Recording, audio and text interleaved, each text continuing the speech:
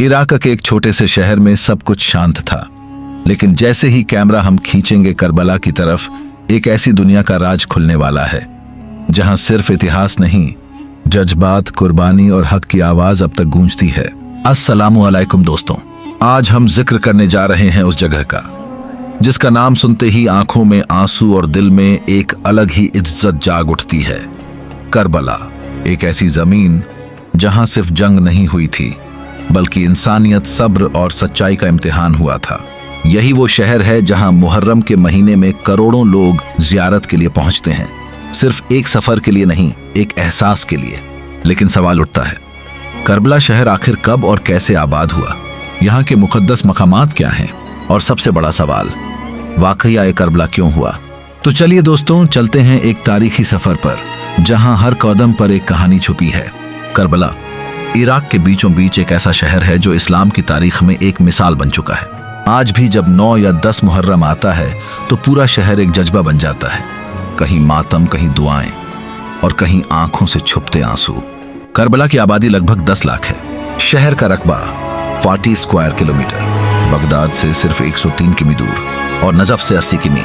आज के जमाने में करबला सिर्फ एक मुकाम नहीं, एक जिंदा दास्तान है। करोड़ों लोग यहाँ हर साल जाते हैं, लेकिन सबसे ज्यादा रश होता है 9 और 10 मुहर्रम के दरमियान। एक रिपोर्ट के मुताबिक 2 करोड़ से भी ज्यादा लोग यहाँ जियारत के लिए पहुंचते हैं। 1.5 करोड़ लोग सिर्फ 2 दिनों में। सोचिए, एक शहर जो पहले सिर्फ एक रेगिस्तान था, आज दुनिया का एक सबसे मुकद्दस मुकाम बन चुका है। लेकिन क्या आप जानते हैं, करबला का असल रूप एक बैटलफील्ड था।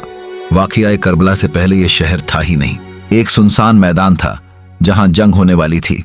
और फिर वही जंग जिसे दुनिया आज बैटल ऑफ करबला के नाम से जानती है, जहां हजरत अली के बेटे और हमारे प्यारे नबी मोहम्मदुर रसूलुल्लाह सल्लल्लाहु अलैहि वसल्लम के नवासे हजरत इमाम हुसैन को शहीद कर दिया गया।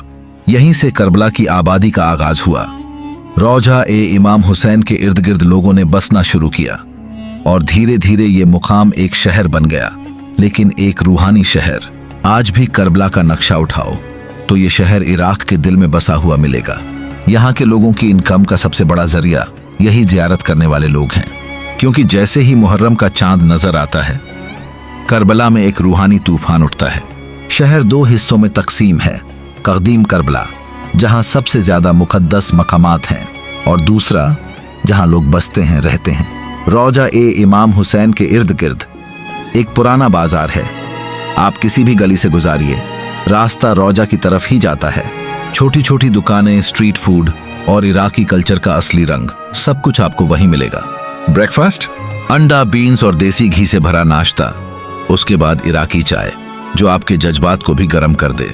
लेकिन सबसे इमोशनल मोमेंट तब आता है जब आप उस मुकाम तक पहुंचते हैं जहां इमाम हुसैन और यजीद के लश्कर के सिपा सालार के दरमियान मुलाकात हुई थी।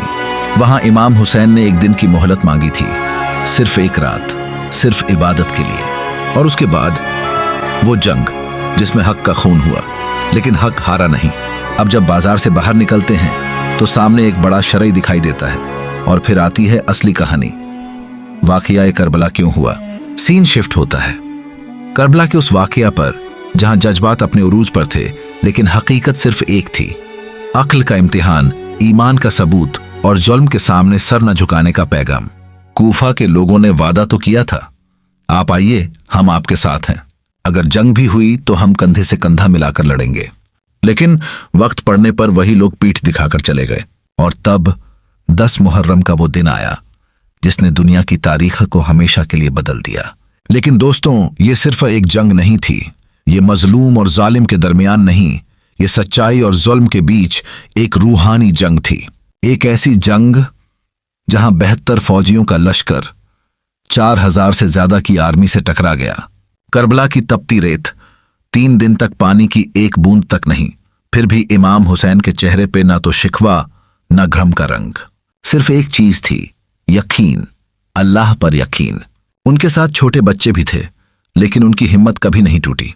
वो खानदान के साथ आए थे सच के लिए, और उन्होंने सब कुछ अल्लाह के हवाले कर दिया। आखिर में इमाम हुसैन और उनका पूरा खानदान शहीद कर दिया गया। वही जगह आज एक मुकद्दस मुकाम है जहां लोग सजदे में झुकते हैं, जहां दुआओं में आंसुओं का सिलसिला रुकता ही नहीं। रौजा के करीब आपको बहुत से मुकद्दस मकामात मिलेंगे जिन्हें लोहे की जालियों से बंद किया गया है।